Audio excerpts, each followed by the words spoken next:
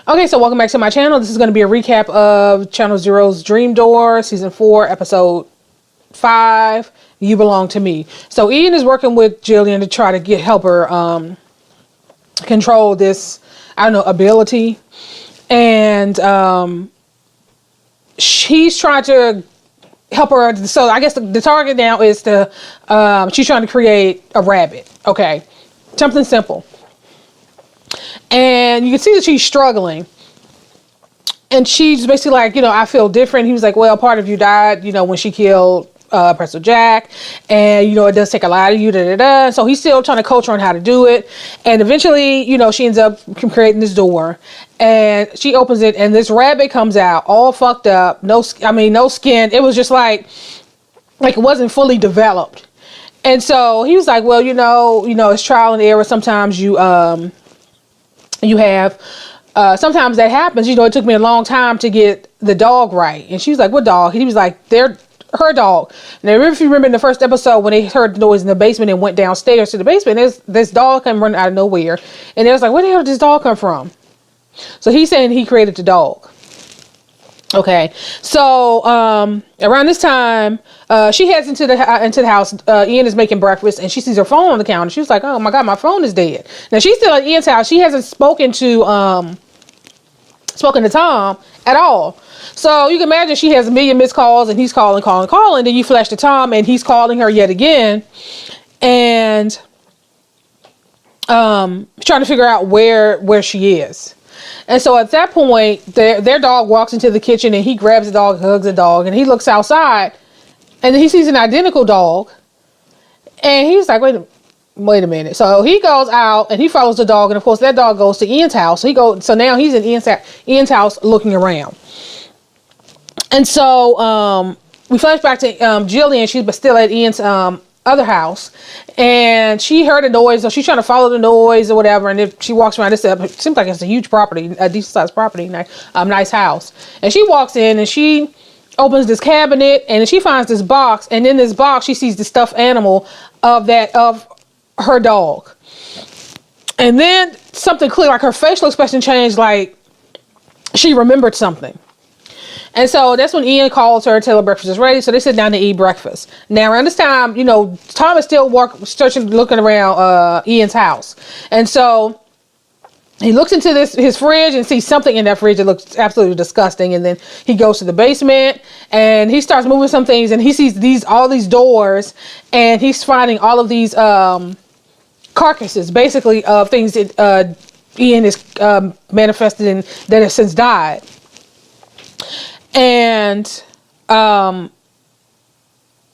we flash back to Jillian is walking into the kitchen. Now she's giving Ian the side eye because the dog, that stuffed animal, triggered something.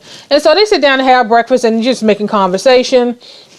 And then she started asking about his mom, like, so tell me about your mom. What's she like? And she was like, why? He was like, why? And she was like, well, I don't really know a whole lot about you.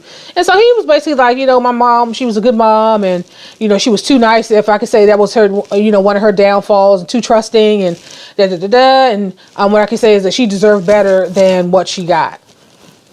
And around this time, you see Tom, he's pulling things out, and he finds a box of photos. And so he's seeing a photo of Ian as a kid in the family photo with Bill and his mom. And then he's starting to see photos of Jillian as a kid. And then now he's seeing a photo of Jillian, a family photo of Bill with Jillian and her mom. So now Tom is like, okay, what the fuck is going on here? Now he knew that Jillian, animosity that Jillian felt towards her father was related to them finding out that he had another family. But the whole caused a whole breakup of her own home and the whole thing. So he's now putting two and two together. So they're Jillian and Ian are still sitting down talking, and she was basically like, I think it's time for me to go home.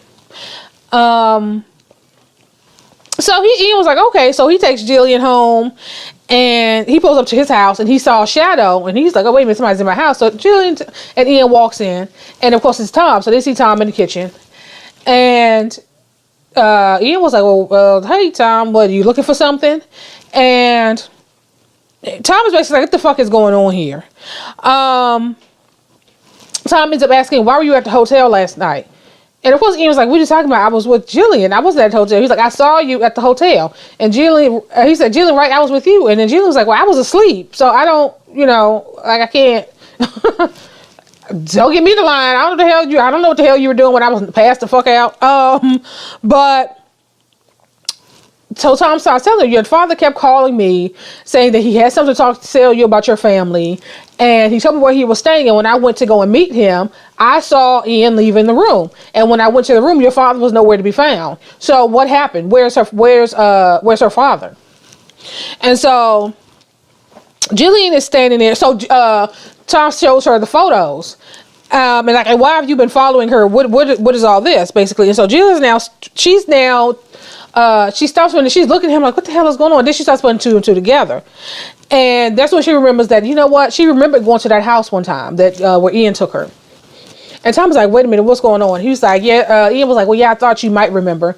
And I left that stuffed animal there. The stuffed animal is what he used to create the dog, the likeness of that dog. That's how, he knew that she liked that kind of dog.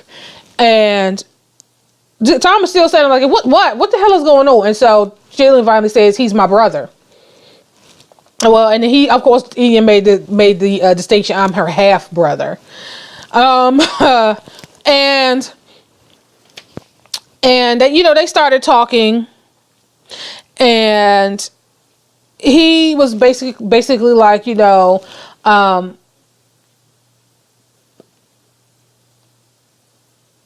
have this connection, we're the only two people who can do what it is that we do.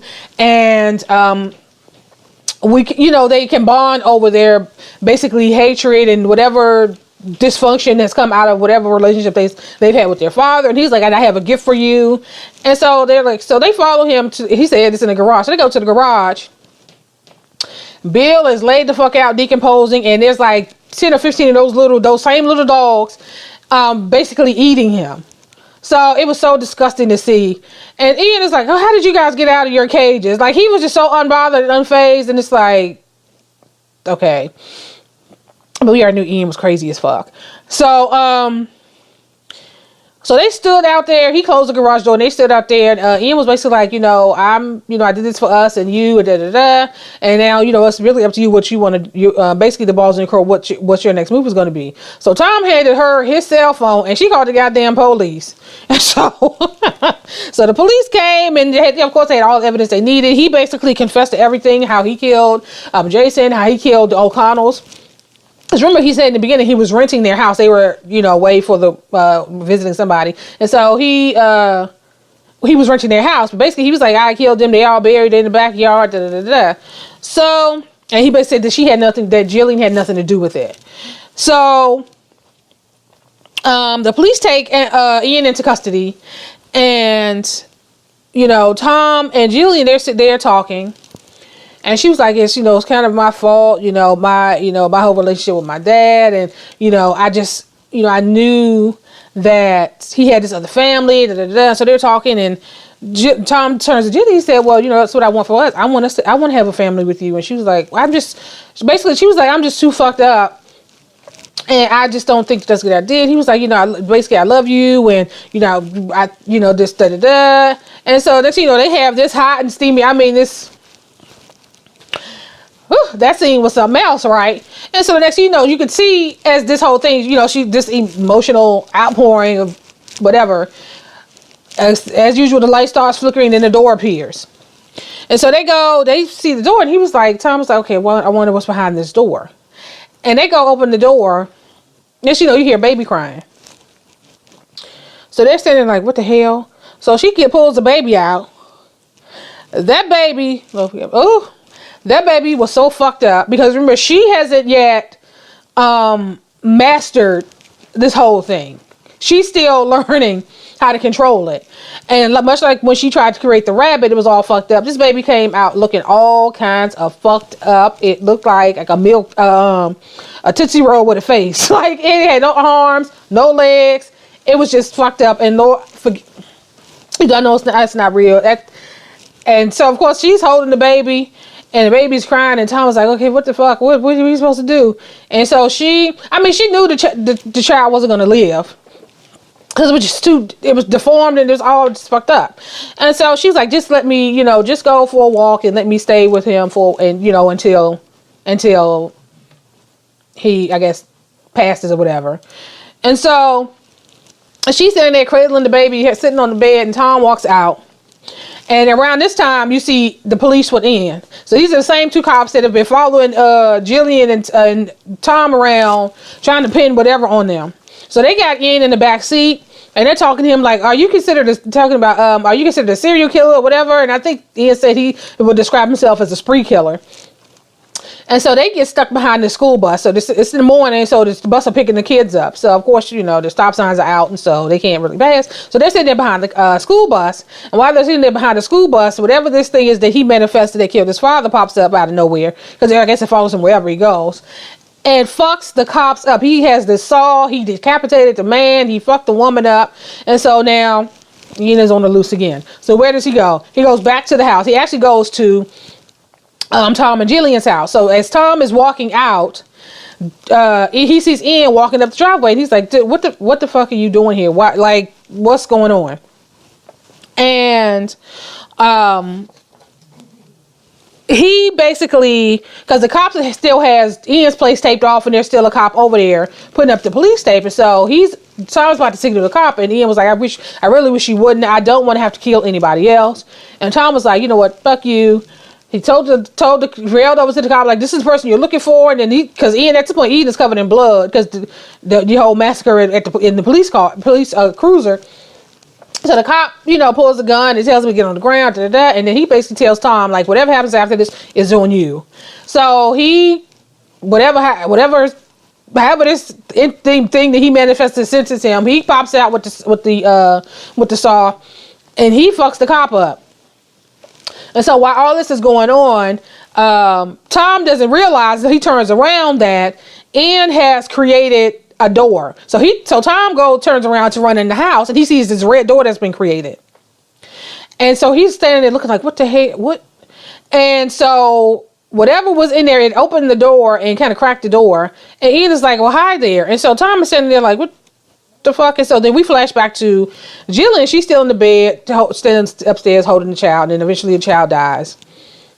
So when she gets dressed, she walks downstairs, and she's looking for Ian, and Ian is looking for Tom, and Tom is nowhere to be found. So she goes outside and closes the door, and then now she sees this red door. So now she's back, like, what the hell is going on? So she opens the door, and of course the door leads somewhere, but she just went on a closed door. She didn't even go in there.